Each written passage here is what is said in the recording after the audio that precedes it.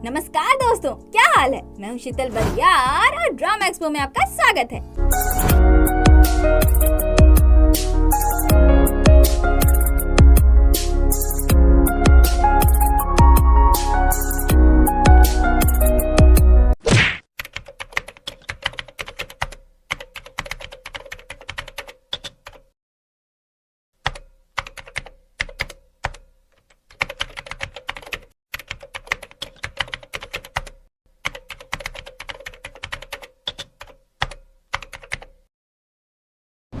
अब तक आपने देखा कि प्रोफेसर किम के लैपटॉप को हैक करके स्वीटू सोंगजे उनके क्वेश्चंस चुराता है। अब आगे। जिस पल सारे पजल्स के पीसेस अपनी अपनी जगह पर आ जाते हैं, सारा शक कम हो जाता है और संतोषजनक सच बाहर आ जाता है। वो उस कानून के फैसले की शुरुआत होती है जिसके एक हाथ में तराजू और दूसरे हाथ में तलवार है। पर क्या कानून सच में न्यायपरायण है? Well, let's find out. ये अंधा कानून है। प्रोफेसर किम और प्रोफेसर यांग आपस में बातें कर रहे होते हैं, जहां पता चलता है कि जब अपनी मेकअप की दुकान येसियोल क्लास में सनग्लासेस लगाकर आती थी, तभी प्रोफेसर यांग समझ गए थे कि वो एक एब्यूजिव रिलेशनशिप में है। और येसियोल इतना मेकअप भी इसीलिए करती है ताकि अपनी चोटों को छुपा सके। प्रोफेसर किम उन्हें बताती है कि योंगचन ने येसियोल के कमरे में स्पाई कैमरा लगाया था। यहाँ पर यह भी पता चलता है कि इन दोनों को आइडिया हो चुका है कि वो लोग आई विटनेस के रूप में येसियोल को यूज करने वाले हैं, ताकि योंगचन प्रोफेसर यांग से अपने बाप की बेइज्जती का बदला ले सके। और प्रोफेसर किम को डर है कि शायद येसियोल ऐसा करने के लिए मान जाएगी, क्योंकि जब बात रिलेशनशिप की आती है तो कुछ नहीं कहा जा सकता कि इमोशंस में बहकर बंदा क्या कर दे। दूसरी तरफ येसियोल अपने क्लासेस के लिए निकल रही होती है, तभी योंगचन का मैसेज आता है जिसमें लिखा होता है, लव यू लाल दिल, नेक्स्ट ईयर से हम साथ में स्कूल जाएंगे, लाल दिल। येसियोल का मन तो नहीं था रिप्लाई करने का, फिर भी आधे मन से वो रिप्लाई करती है, ओके विद अ फोर्सफुल लाल दिल। फिर वो हांजुन का दिया हुआ पेपर फाड़ देती है। मतलब येसियोल मान गई, क्योंकि जब बात रिलेशनशिप की आती है तो कुछ नहीं कहा जा सकता कि इमोशंस में बहकर बंदा क्या कर दे।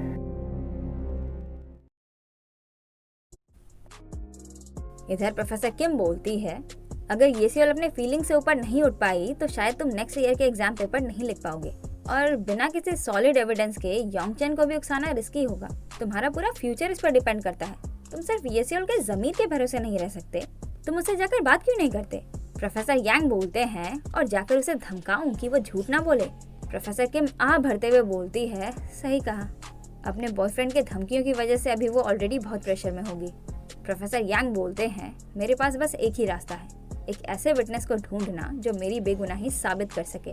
उसके बाद रात को अपनी क्लमजी स्कूल का बड़ा सा हॉल, जहाँ पर इंसाफ की देवी की मूर्ति है, वहाँ घूम घूम कर पढ़ रही होती है। पर इसे इतनी ज्यादा नींद आ रही होती है कि वो 10 मिनट का टाइमर लगाकर सो जाती है। दूसरी तरफ प्रोफेसर किम ने स्वीटू सोंगजे को बात करने के लिए बुलाया हुआ है, जहाँ पता चलता है कि स्वीटू सोंगजे की वाइफ एक डॉक्टर है जो फीमेल रिप्रोडक्टिव हेल्थ की स्पेशलिस्ट है। आसान शब्दों में बोले तो प्रेग्नेंट यानी कि गर्भवती महिलाओं की स्पेशलिस्ट। यहाँ ये भी पता चलता है कि दोनों मिलकर एक बेबी का प्लान कर रहे हैं। बातों ही बातों में प्रोफेसर किम बोलती है, तुम्हारी अंगूठी कहाँ है? क्या तुमने प्रोफेसर यांग के लैपटॉप की वजह से उसे निकाला है? ये सुनकर सोंगजे टेंशन में आ जाता है। इधर अपने ऑफिस में प्रोफेसर यांग उसी प्रोफेसर स्टोन से बात कर रहे होते हैं जिसे इन्होंने कांगडाउन को ढूंढने का काम दिया है। अब कहानी पास में जाती है। 2:25, 5 अक्टूबर, इंसिडेंट वाला दिन। प्रोफेसर यांग अपने ऑफिस में आराम कर रहे होते हैं, तभी फोन बजता है। उनको लगता है कि उनका फोन बजा, पर वो चेक करते हैं तो पता चलता है कि ऐसा तो कुछ है ही नहीं। तभी उन्हें कुछ शक होता है और वो कबर्ड की ओर जाने लगते हैं, पर तभी सच में उनका फोन बज जाता है और वो रिसीव करके बात करने लगते हैं। अब कहानी प्रेजेंट में आती है, जहाँ प्रोफेसर यांग प्रोफेसर किम को मैसेज करके बोलते हैं, पता कीजिए कि उस दिन उसके फोन में 2:30 बजे के अराउंड जीहू का मिस कॉल आया है या नहीं। मैसेज देखकर प्रोफेसर किम बोलती है, प्रोफेसर यांग को शक है कि तुमने उनका लैपटॉप चुराया था। इस बारे में तुम क्या कहना चाहते हो? अब कहानी फिर से पास्ट में जाती है। 2:20, 5 अक्टूबर, इंसिडेंट वाला दिन। सोंगजे चोरी छुपे प्रोफेसर यांग के ऑफिस आता है और उनके लैपटॉप में खिटखिट करने लगता है। अब तो आप समझ ही गए होंगे कि ये क्या करने की कोशिश कर रहा है, राइट? एग्जैक्टली, ये प्रोफेसर यांग के लैपटॉप को हैक कर रहा है, ताकि जब प्रोफेसर यांग क्वेश्चन बनाए तब प्रोफेसर किम की ही तरह ये उनके क्वेश्चन को भी चोरी कर सके। अब समझ आया कि ये हर सब्जेक्ट में ए कैसे ले आता है? बिल्कुल सही, ये पहले ही सबका लैपटॉप हैक करके क्वेश्चन चुरा लेता है और फिर मस्त एग्जाम दे देता है। इस तरह से इसके अच्छे मार्क्स भी आ जाते हैं और किसी को पता भी नहीं चल पाता है कि इसने चीटिंग करी है। सही खेल गया। तभी दरवाजे पर दस्तक होती है और सॉन्गजे झट से कबर्ड में छुप जाता है। फिर प्रोफेसर यांग अंदर आते हैं। अब इसके आगे क्या हुआ आपको तो पता ही है, तो चलिए अब फिर से प्रेजेंट में चलते हैं। प्रोफेसर किम पूछती है, उस दिन 2:30 बजे के अराउंड तुम्हारे पास जीहू का कोई कॉल आया था? सॉन्गजे कोई जवाब नहीं देता। प्रोफेसर किम बोलती है, सॉन्गजे क्या हुआ था उस दिन, बताओ मुझे। सॉन्गजे बोलता है, सब आपकी गलती है। इधर प्रोफेसर यांग लिफ्ट से निकलकर अपने घर की ओर जा रहे होते हैं कि तभी सोले का 10 मिनट वाला टाइमर बजने लगता है और प्रोफेसर यांग का सारा ध्यान उसकी तरफ। सोले नींद की आगोश में इतनी ज्यादा धुत होती है कि नहीं उठती, उल्टा उसका फोन और नोटबुक नीचे गिर जाता है। प्रोफेसर यांग उसका फोन और नोटबुक उठाते हैं। सोले नींद में भी प्रोफेसर किम के सब्जेक्ट का वो टॉपिक यानी कि सर्वोगेशन राइट्स के बारे में बड़बड़ा रही होती है। प्रोफेसर यांग उसका फोन उसके कान पर रख देते हैं। जब सोले की आंख खुलती है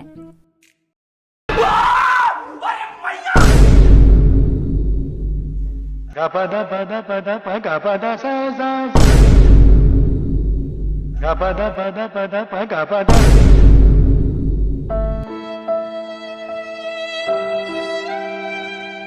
ये जनरेशन का ना यही प्रॉब्लम है। प्रोफेसर यांग वहाँ से जाने लगते हैं। सोले बोलती है, मैं फेल नहीं करूंगी। ये सुनकर प्रोफेसर यांग पीछे मुड़ते हैं। सोले बोलती है, प्लीज अपनी बात वापस ले लीजिए, मैं बहुत मेहनत कर रही हूँ और कांगदान के बारे में भी पूछने की कोशिश नहीं कर रही हूँ ताकि मैं फेल ना हो जाऊँ। प्रोफेसर यांग बोलते हैं, मैं अपनी बात कभी भी वापस नहीं लेता, और फिर से जाने लगते हैं। सोले बोलती है, बैड फार्मा वाली लेडी ने भी मेरी एडवाइस ली और कोर्ट तक भी गई। प्रोफेसर यांग फिर से पीछे मुड़ते हैं, पर इस बार गुस्से से। तुम्हारी एडवाइस? सोले बोलती है, प्रोफेसर किम ने भी मेरी एडवाइस से एग्री किया है। इस पर वो गुस्से से उसके करीब आते हुए बोलते हैं, तुम्हें क्या लगता है तुम प्रोफेसर किम की बराबरी कर सकती हो? वो इतनी ज्यादा अनुभवी है कि कोरियन लॉ रिव्यू ने सर्वोगेशन राइट्स के बारे में उनका लिखा पेपर पब्लिश किया है, जबकि तुम्हें तो ये तक समझ नहीं आता कि सर्वोगेशन राइट्स का मतलब क्या है। तुम उनकी बराबरी करोगी? सोले अपना सिर झुका लेती है। प्रोफेसर यांग बोलते हैं, अगर उस वक्त तुम्हारी जगह उन्होंने कहा होता कि लेडी का कोर्ट जाना ज्यादा बेहतर है तो मैं भी उनकी बात पर एग्री करता। और फिर से जाने लगते हैं। सोले बोलती है, अगर आप अपनी बात वापस ना भी ले तब भी I'll मेक श्योर कि आपकी कही बात सच नहीं होगी। पर इस बार वो सोले को कोई रिस्पॉन्स नहीं देते। अब सोले के कान में प्रोफेसर यांग की बातें गूंजने लगती हैं। कोरियन लॉ रिव्यू ने सर्वोगेशन राइट्स के बारे में उनका लिखा पेपर पब्लिश किया है, तुम उनकी बराबरी करोगी? कोरियन लॉ रिव्यू ने सर्वोगेशन राइट्स के बारे में उनका लिखा पेपर पब्लिश किया है। अब सोले का दिमाग खनकता है। Korean law review? वो लाइब्रेरी जाकर ढूंढने लगती है और उसे सर्वोगेशन राइट्स पर प्रोफेसर किम का लिखा पेपर मिल भी जाता है। सोले बहुत खुश होती है और भागकर पढ़ाई में लग जाती है। वो कैंपस के किचन में अपना खाना खाते हुए पढ़ रही होती है। तभी फोन पर बात करता हुआ अपना एरोगेंट बाबा वहाँ आता है और सोले का खाना लेने लगता है। सोले उससे अपना खाना छीन लेती है और उठकर वहाँ से चली जाती है, जो देखकर फोन पर बात करता हुआ अपना एरोगेंट बाबा मुस्कुराने लगता है। दूसरी तरफ अपने यांग क्रेट्स ली मैनहो से मिलने उसके घर जाते हैं। वो उसके दीवार पर लगे न्यूज़पेपर वाले आर्टिकल्स को देखने लगते हैं। ली मैनहो उन्हें कॉफी सर्व करता है और बातों ही बातों में प्रोफेसर यांग की नजर उसके फोन के वॉलपेपर पर पड़ती है। ली मैनहो बोलता है, ये मेरा बेटा है जिसे मैं अनाथालय में छोड़ गया था। वैसे आपका यहाँ कैसे आना हुआ? इस पर प्रोफेसर यांग उससे कांगदान के बारे में पूछने लगते हैं। ली मैनहो बताने लगता है कि जिस अनाथालय में इसका बेटा रहता था उसी अनाथालय में कांगदान ने वॉलंटियर किया था और उसने ली मैनहो के बेटे को मेंटर भी किया था। अनाथालय के डायरेक्टर के अनुसार सिर्फ एक कांगदान ही थी जिससे ली मैनहो का बेटा बात करता था और ली मैनहो ने सुना है कि इसका बेटा और कांगदान अभी भी टच में है। ली मैनहो बोलता है, मैं कांगदान की वजह से यहाँ रहने आया, पर वो कभी दिखी ही नहीं, कहीं वो सच में तो गायब नहीं हो गई। इस पर प्रोफेसर यांग उसे बताते हैं कि कांगदान अभी यूएस में है। ये सुनकर ली मैनहो के कान खड़े हो जाते हैं। वो पूछता है, आपको कैसे पता? प्रोफेसर यांग बोलते हैं, मैं भी उसकी तलाश कर रहा हूँ और मुझे उसके बारे में कुछ पता भी चला है। इतना कहकर वो उसे वो नंबर दिखाने लगते हैं। ली मैनहो बौखलाते हुए फोन लेकर उसका नंबर देखने लगता है। तभी इत्तेफाक से उसी नंबर से फिर से कॉल आता है। प्रोफेसर यांग पट से फोन छीनकर कॉल का जवाब देते हैं। मैं यांग जंग हुन बोल रहा हूँ। उधर से आवाज आती है, ये मैं हूँ कांगदान, बहुत दिन हो गए बात किए हुए, मैंने सुना आप मुझे ढूंढ रहे थे। तभी ली मैनहो फोन छीनकर बोलता है, कांगदान। कांगदान कंफ्यूजन में बोलती है, कौन बोल रहा है? प्रोफेसर यांग फिर से फोन छीनकर बोलते हैं, अपना पर्सनल नंबर मैसेज करो, और फोन काट देते हैं। अब प्रोफेसर यांग कांगदान का नंबर देने के बदले ली मैन हो से सौदा करने की बात करते हैं, पर ली मैन हो अभी भी ये बात मानने को तैयार नहीं है कि उसने प्रोसिक्यूटर जिन के साथ कोई सौदा किया है। वो अभी भी इसी बात पर अड़ा है कि उसने रिपोर्टर्स के सामने बस अपना ओपिनियन शेयर किया है, क्योंकि वो रिपोर्टर इंटरव्यू के लिए बार बार इसे परेशान कर रहे थे। तभी प्रोफेसर यांग ली मैन हो के दीवार पर चिपका एक न्यूज आर्टिकल पढ़ने लगते हैं, जिसमें रिपोर्टर चॉय ने ली मैन हो के बारे में बहुत कुछ लिखा था, उसकी बहुत बुराई की थी। पूरा आर्टिकल पढ़ने के बाद वो बोलते हैं, मैं तो ऐसे रिपोर्टर्स को कभी भी अपना इंटरव्यू देने के लिए राजी नहीं होता जिसने मेरे बारे में इतना कुछ लिखा हो। इस पर ली मैन हो की बोलती बंद हो जाती है। वो बोलते हैं, मैं तुम्हें सोचने का थोड़ा टाइम देता हूँ, और जाने लगते हैं। फिर अचानक से पीछे मुड़कर बोलते हैं, अरे हाँ, जिसने एमएलए को से मिलकर उनके सामने ली मैन हो वाले बिल के बारे में प्रस्ताव रखा था वो कांगदान ही थी। इतना कहकर वो चले जाते हैं और ली मैन हो की आंखें फटी की फटी रह जाती है। अगले दिन सोले पढ़ कर फिर से सो चुकी होती है। तभी हेडबैंड बॉय और लॉलीपॉप गाय वहाँ आते हैं और उसके नोट्स को चुरा कर जेरोक्स करने लगते हैं। लॉलीपॉप गाय उसके नोट्स की तारीफ करने लगता है, ये बोलते हुए कि सोले ने हर एक इम्पोर्टेंट चीज को मेंशन किया है और कितने ऑर्गेनाइज्ड वे में नोट्स लिखा है। हेडबैंड बॉय बोलता है, उसके नोट्स ही तो वो रीजन है जिस वजह से वो हमारे ग्रुप में ज्वाइन कर पाई। तुम्हें क्या लगता है सोल्बी और जीहू ने उसे अपने ग्रुप में क्यों ज्वाइन होने दिया? लॉलीपॉप गाय बोलता है, शायद इसलिए क्योंकि वो वाइस डीन की बेटी है। हेडबैंड बॉय बोलता है, नहीं यार, मैं बता रहा हूँ ना, उसके नोट्स की वजह से। तभी मिस्टर डोंग वहाँ आकर बोलते हैं, अगर उसके पापा वाइस डीन होते तो उनके सब्जेक्ट में उसे 29 मार्क्स नहीं आते। देवा रे देवा, ये लोग लॉ की पढ़ाई करके अपना पेट पालेंगे। तुम श्योर हो कि वो उनकी बेटी है? तुमने कभी चेक भी किया है? क्या तुमने उसे पूछा? लॉलीपॉप गाय बोलता है, फोटोज और सिचुएशन को देखकर तो यही लगा कि। फिर दोनों का दिमाग खनकता है और इन दोनों भोंदुओं को रियलाइज होता है कि अगर सोले सच में वाइस डीन की बेटी होती तो उनके सब्जेक्ट में तो वो हाईएस्ट मार्क्स लेकर आती। ये जनरेशन का ना यही प्रॉब्लम है। अब आती है सेकेंड सेमेस्टर के फाइनल एग्जाम की बारी। सोले नींद में है या इसे बेहोशी छा रही है ये तो पता नहीं, पर खुद को जगाए रखने के लिए ये आंख फाड़ फाड़ कर लिख रही है। इसके पीछे बैठा अपना एरोगेंट बाबा भी अपने पेपर्स लिख रहा है, पर स्वीटू सोंगजे अलग ही दुविधा में नजर आ रहा है। एग्जाम टाइम ओवर होते होते सोले को बेहोशी छाने लगती है और वो गिरने लगती है। टीए दौड़कर उसके पास आते हैं और उसका हाल पूछने लगते हैं। उसके पीछे बैठा हानजुन और बगल में बैठी येसियोल उसके लिए परेशान होने लगती है।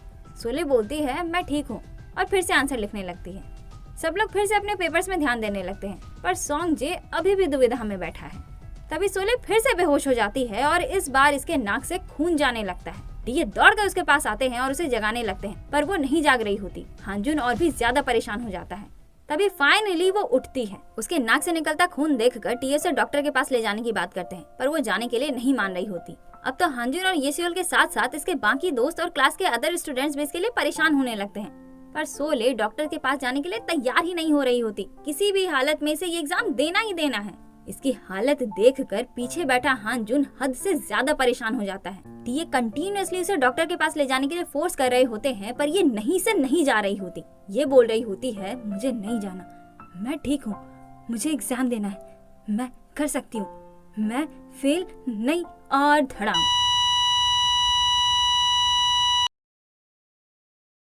उसके बाद एग्जाम खत्म होता है और सब लोग अपने अपने रास्ते जाने लगते हैं।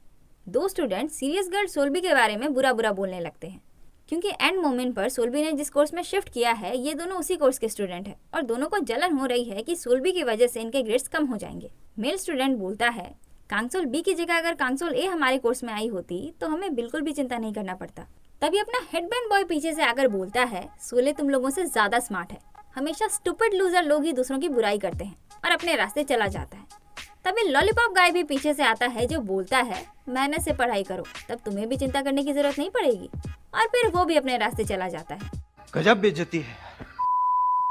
उधर हॉस्पिटल में बेहोश सोले के बगल में सोंगजे बैठा होता है। वो पट्टी हटाकर देखता है, क्या हालत हो गई है यार। वो आश्चर्य से सोले को देखने लगता है। तभी सोले को होश आता है जो उससे पूछने लगती है कि क्या मैंने पेपर कंप्लीट किया। सोंगजे बोलता है, हाँ, पेपर कंप्लीट करने के बाद ही तुम बेहोश हुई थी। ये सुनकर सोले राहत की सांस लेती है। वो बोलती है, आई एम श्योर कि आप इस बार भी टॉप करोगे। आपके जैसा परफेक्ट आंसर लिखने के लिए मैं क्या करूं? आप तो बिल्कुल वैसे आंसर्स लिखते हो जैसे कि आपने प्रोफेसर का दिमाग पढ़ रखा हो। इस पर सोंगजे बात बदलते हुए बोलता है कि तुमने बहुत ज्यादा कैफीन की मात्रा लेकर खुद को डिहाइड्रेट कर लिया था। तुमने इस बार अपने लिमिट से भी ज्यादा खुद को पुश कर दिया। तभी अपना एरोगेंट बाबा वहाँ आता है जो बोलता है, ये तो साला होना ही था। पढ़ाई के साथ साथ ये और कामों में भी जो लगी हुई थी। और पता चलता है कि इतनी मेहनत से पढ़ाई करने के साथ साथ सोले ने किसी क्लाइंट के लिए एक लंबा सा पेपर भी लिखा था, वो भी पूरी डिटेल्ड एक्सप्लेनेशन के साथ। हांजिन बोलता है इसमें तो तुम्हें जरूर घंटों लग गए होंगे, पर अपनी क्लमजी फिलहाल अपने एरोगेंट बाबा की नैगिंग नहीं सुनना चाहती, इसीलिए वो उसे इग्नोर करके पर उसे ही सुनाते हुए सोंगजे से बोलती है, ओप्पा अभी तो मुझे आराम करने की जरूरत है ना, पता नहीं कुछ लोगों के भेजे में ये बात क्यों नहीं घुसती। गजब बेइज्जती है। तभी हेडबैंड बॉय और लॉलीपॉप गाय दौड़ते हुए वहाँ आते हैं, जो उसे पूछने लगते हैं कि तुम ठीक हो ना, तुम मर तो नहीं रही हो ना। सोले बोलती है तुम लोग यहाँ क्यों आ गए, कोई बड़ी बात नहीं है यार, मैं बिल्कुल ठीक हूँ। तभी सोले के पेट से जोर की आवाज आती है और ये दोनों इधर उधर देखने लगते हैं, ये सोचते हुए कि इतनी जोर की आवाज आखिर आई कहाँ से। चलो चले यहाँ से। उसके बाद सब लोग ग्रुप स्टडी कर रहे होते हैं, जहाँ अपनी क्लमजी पढ़ाई के साथ साथ गपागप अपना पेट भर रही होती है। सोले के सर्वोगेशन राइट्स वाले नोट्स देखकर हेडबैंड बॉय उसकी बहुत तारीफ करने लगता है। जलवा है हमारा। अब इनकी बातें उस नए विटनेस पर शिफ्ट हो जाती है, जहाँ सोले का कहना है कि कोई आई विटनेस है ही नहीं, क्योंकि इसे पूरा यकीन है कि प्रोफेसर यांग ने खून नहीं किया है। हेडबैंड बॉय बुग्गी बोलता है तो वो लोग फेक विटनेस ला रहे हैं, लेकिन फिर वो दूसरी पॉसिबिलिटी भी सोचने लगता है कि मान लो अगर कोई सच में आई विटनेस है भी तो वो कौन हो सकता है। तभी येसियोल वहाँ आती है और सबको बताती है कि वो आई विटनेस मैं हूँ। इस पर सोले उसे कोपचे में ले जाकर पूछने लगती है कि क्या तुम सच बोल रही हो, तुमने सच में वो सब देखा है। येसियोल हाँ में जवाब देती है, पर सोले को विश्वास ही नहीं हो रहा, ऐसा कैसे हो सकता है, इसका कोई तुक ही नहीं बनता, तुम विटनेस कैसे हो सकती हो। तभी सीरियस गर्ल सोल भी उनके बीच टपक जाती है, जो बोलती है अगर इसने देखा है तो ये विटनेस है, इसने साफ साफ कहा है कि इसने अपनी आंखों से देखा है।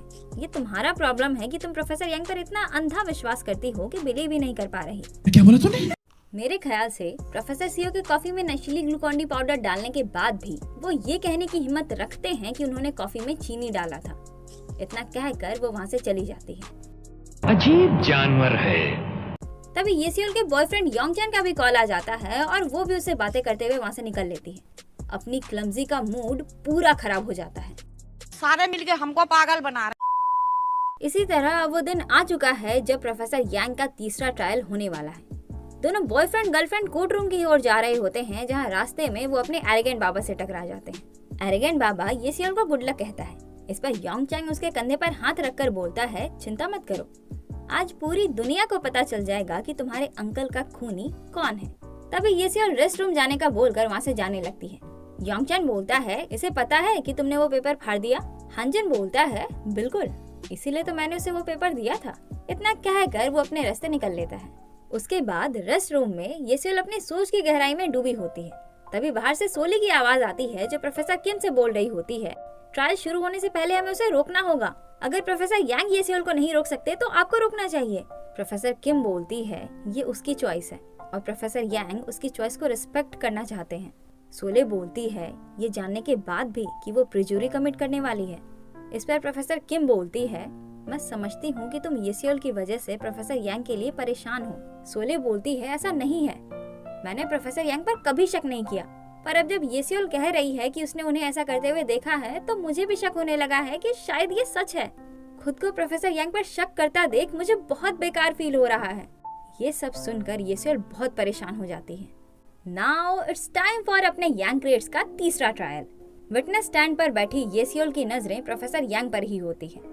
आज के ट्रायल में ऑलमोस्ट सभी लोग आए हैं, अपना एरोगेंट बाबा, क्लमजी, मिस्टर डोंग, प्रोफेसर किम, स्वीटू सोंगजे और इनके पीछे बैठा लॉलीपॉप गाय, हेडबैंड बॉय, जीहू और दूसरे साइड पे बैठा येसियोल का वो कमीना बॉयफ्रेंड योंगचैन।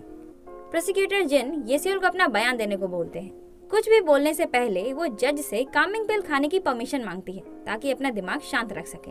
जज परमिशन दे देते हैं। वो पिल खाने लगती है और अपने यांग क्रेट्स सनग्लासेस पहन लेते हैं, जो देखकर वकील पाक भी लाइक आप कर क्या रहे हैं। तभी जज भी उनकी ओर देखने लगते हैं। प्रोफेसर यांग बोलते हैं मुझसे आई कांटेक्ट होगा तो ये अनकंफर्टेबल हो जाएगी, प्लीज समझें। ये सुनकर येसियोल की आंखें भर आती हैं। अब प्रोसिक्यूटर जिन अपना सवाल शुरू करते हैं। विटनेस, क्या आपने डिफेंडेंट को मिस्टर सीओ के कॉफी में सच में शुगर की जगह ड्रग मिलाते हुए देखा था? योंगचैन की नजर येसियोल पर ही होती है। येसियोल बोलती है हाँ। ये सुनकर सब लोग आपस में खुसफुसाने लगते हैं और सोले अपना माथा पकड़ लेती है। और योंग चैंग प्राउड मुस्कान देने लगता है। प्रोसिक्यूटर जिन बोलते हैं, विटनेस, इस चीज पर डिफेंडेंट की लाइफ डिपेंड करती है।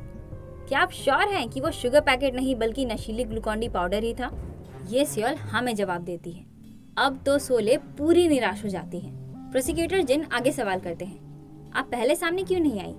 इस सवाल पर योंगचन और भी ज्यादा प्राउड हो जाता है, क्योंकि अभी ये सियोल जो कुछ भी बोल या कर रही है वो सब योंगचन का ही सिखाया हुआ है। प्रोसिक्यूटर जिन इसे क्या सवाल करेंगे, जिसका इसे क्या जवाब देना है, योंगचन ने इसे उसकी अच्छे से प्रैक्टिस करवाई है। इनफैक्ट सवाल जवाब के दौरान इसे कैसे बिहेव करना है, योंगचन ने इसे वो तक बताया है। बयान शुरू होने से पहले इसने जो वो कामिंग पिल खाने की बात की थी, वो भी योंगचन का ही बताया हुआ था। और अभी प्रोसिक्यूटर जिन का सवाल कि वो अब तक सामने क्यों नहीं आई, उसका जवाब देते हुए वो बोलती है, मैं सामने नहीं आ पाई क्योंकि। फिर डर भरी निगाहों से प्रोफेसर यांग की ओर देखने लगती है। एंड माइंड यू, ये योंगचन का स्क्रिप्ट ही फॉलो कर रही है। इसे अच्छे से पता है कि अब प्रोसिक्यूटर जिन क्या बोलने वाले हैं, और प्रोसिक्यूटर जिन बोलते भी वही हैं। विटनेस, आपने शपथ लिया है, प्लीज सच बताएं। ये सियोल को पता है कि इस पर इसे क्या बोलना है। वो बोलना शुरू करती है। प्रोफेसर यांग ने कहा था तुमने कुछ नहीं देखा, इस राज को अपने कब्र तक राज ही रखना, वरना, और चुप हो जाती है। प्रोसिक्यूटर जिन बोलते हैं, वरना क्या? ये सियोल बोलती है, इन्होंने कहा कि ये मुझे नहीं छोड़ेंगे। ये सुनकर एक तरफ जहां योंगचन खुशी से फूले नहीं समा रहा होता, वहीं दूसरी तरफ वकील पाक का दिमाग खराब। सोले ये सियोल को गुस्से से घूर रही होती है, पर प्रोफेसर यांग कुछ भी रिएक्ट नहीं करते। तभी ये सियोल को याद आता है कि उस दिन योंगचन ने कहा था कि जवाब देने के बाद तुम्हें रोंदू जैसा चेहरा बना लेना है। सच में रोने की जरूरत नहीं है, बस चेहरे से ऐसा लगना चाहिए कि तुम एक बेचारी लड़की हो। पर प्रेजेंट में ये सियोल सच में रोने लगती है। प्रोसिक्यूटर जिन अपना सवाल समाप्त करते हैं और जज क्रॉस एग्जामिनेशन की परमिशन देते हैं। लॉ स्कूल के सभी लोगों का मूड ऑफ हो चुका है। वकील पाक भी बहुत निराशा से क्रॉस एग्जामिनेशन लेने के लिए आते हैं। वो उसे चुप कराने की कोशिश करने लगते हैं, पर तब तक इसका सब्र का बांध टूट चुका होता है। इसका ज़मीर जवाब दे रहा होता है। वो योंगचन की तरफ देखकर बोलती है, मुझसे ये नहीं होगा। अब तो योंगचन और प्रोसिक्यूटर जिन दोनों का दिमाग खराब। योंगचन उसे चुप रहने का इशारा करने लगता है, पर अब ये सियोल को कोई चुप नहीं करा सकता। वो बोलती है, एक लॉ स्टूडेंट होने के नाते मैं ऐसा नहीं कर सकती। मुझे लॉ में अपना करियर बनाना है, इसलिए मैं ये गलत काम नहीं कर सकती। वो जज की तरफ मुड़कर बोलती है, मुझे माफ कर दीजिए योर ऑनर, मैं अपने राइट माइंड में नहीं थी। तभी योंगचन उस पर चिल्लाता है, पर जज उसे डांट कर चुप करा देते हैं। फिर वो ये सियोल से पूछते हैं, आपका कहना है कि आपने अभी जो कुछ भी कहा वो झूठ है? ये सियोल हाँ में जवाब देती है। अब तो ये लोग बहुत खुश, इन्हें ये सियोल पर बहुत प्राउड होता है। ये देखकर कि सिचुएशन में प्रोफेसर यांग के फेवर में आ चुका है, राहत की सांस लेते हुए स्वीटू सोंगजे वहाँ से निकल लेता है। तभी प्रोफेसर जिन बोलते हैं, विटनेस, आप अपनी बात इसलिए बदल रही हो ना क्योंकि आपको डर है कि डिफेंडेंट आपको नुकसान पहुंचा सकते हैं, है ना? इस पर ये सियोल बोलती है, मुझे डर तो उस वीडियो का है जो स्पाई कैमरा से लिया गया था। उसने मुझे धमकाया कि अगर मैंने उसकी बात नहीं मानी तो वो हमारी सेक्स वीडियो वायरल कर देगा। मैं बहुत डर गई थी। ये सुनकर इन दोनों की आंखें भर आती है और योंगचन डर के वहां से भाग जाता है। ये सियोल बोलती है, मुझे नहीं पता कि प्रोफेसर यांग ने उस कॉफी में ड्रग डाला था या चीनी, क्योंकि मैंने वो कभी देखा ही नहीं। अब प्रोफेसर यांग अपने सनग्लासेस निकालकर ये सियोल की ओर देखने लगते हैं। एंड राइट नाउ ये भी थोड़ी इमोशनल है। ये सियोल रोते रोते उनसे माफी मांगने लगती है, फिर कोर्ट में आए सभी लोगों से भी माफी मांगने लगती है। इस वक्त जो अपने यांगर्स के चेहरे पर संतुष्टि के भाव है ना, डिस्क्राइब भी नहीं किए जा सकते। ये बहुत ही ज्यादा ओवरवेल्म हो चुके हैं क्योंकि इनके स्टूडेंट ने गलत राह ना चुनकर सच का साथ थामा है। ये जानने के बावजूद भी कि इसका क्या अंजाम हो सकता है, उसने गलत का साथ नहीं दिया। और ये कोई आसान बात नहीं है, बड़ी हिम्मत लगती है इसमें।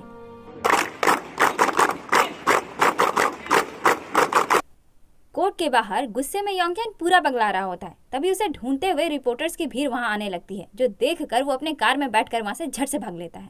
दूसरी तरफ ये सियोल वॉशरूम में बैठी होती है। तभी सोले उसे ढूंढते हुए वहां आती है। ये सियोल बाहर आती है तो सोले उसे झट से गले लगा लेती है। उसके बाद रात को सोले ये सियोल को उसके रूम लेकर आती है और आज रात उसी के साथ सोने का बोलकर वो अपने ब्लैंकेट्स लेने के लिए जाने लगती है। जाते जाते वो ये सियोल को अपना फोन ऑफ रखने की हिदायत भी देती है। अब कहानी थोड़ा पीछे जाती है। आज के ट्रायल से पहले रेस्ट रूम में प्रोफेसर यांग और योंगचन आपस में टकराए थे, जहां प्रोफेसर यांग ने कहा था, लगता है मेरे ट्रायल्स में तुम काफी ज्यादा इंटरेस्टेड हो। जिस पर योंगचन ने जवाब दिया था, सही कहा, स्पेशली आज के ट्रायल में तो बहुत ज्यादा। इस पर प्रोफेसर यांग ने कहा, अब मैं कुछ कहूँ? अगर मेरी स्टूडेंट को तुम्हारी वजह से दोबारा सनग्लासेस पहनकर मेरी क्लास में आना पड़ा तो तुम्हें जिंदगी भर के लिए सनग्लासेस पहनना पड़ेगा। इतना कहकर वो वहाँ से चले जाते हैं और ये सियोल जो उनसे कुछ दूरी पर ही खड़ी थी उनकी सारी बातें सुन लेती है। अब कहानी प्रेजेंट में आती है जहाँ योंगचन का कॉल आने लगता है। उसके बाद जब ब्लैंकेट लेकर सोले येसियोल के रूम आती है तो वो वहाँ नहीं होती, क्योंकि इस वक्त स्कूल के बाहर ये इस कमीने योंगचन से मार खा रही है जो अपना सारा गुस्सा इस पर निकाल रहा है। वो उस वीडियो को नेट पर अपलोड करने लगता है। येसियोल उसे रोकने लगती है, जिस चक्कर में उसका फोन गिर जाता है। वो अपने फोन को उठाने जाता है तो येसियोल उसके पैर पर जोर से मारती है और फिर जोर से ढकेल देती है। अनफॉर्चुनेटली योंगचन के सिर में जोर की चोट आ जाती है और वो बेहोश हो जाता है। येसियोल घबराकर उसे उठाने जाती है तो उसके हाथ में बहुत सा खून लग जाता है। येसियोल बहुत ही ज्यादा घबरा जाती है, इसे समझ ही नहीं आ रहा होता कि क्या करे। वो सोले को फोन घुमाने लगती है, पर तभी पीछे से कोई उसका फोन छीन लेता है। वो पीछे मुड़कर देखती है तो पता चलता है कि ये तो प्रोफेसर यांग है। और यहीं पर एपिसोड खत्म।